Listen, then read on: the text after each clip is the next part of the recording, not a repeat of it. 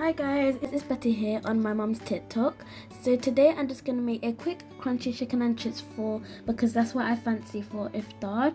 So right here I have the chicken, it's already seasoned, and I'm just going to steam it for about 10 minutes and then we are going to start making the batter. And these are chicken wings.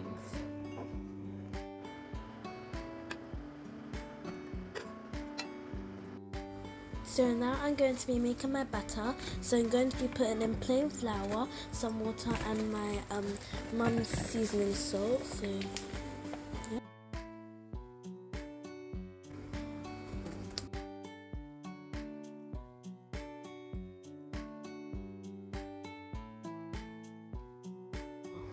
So now I'm going to be adding the water.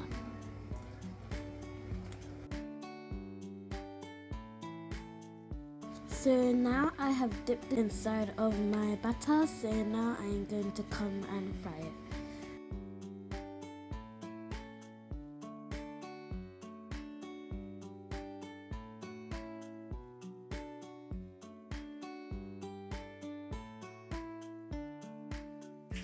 So now I'm putting the chips in the air fryer.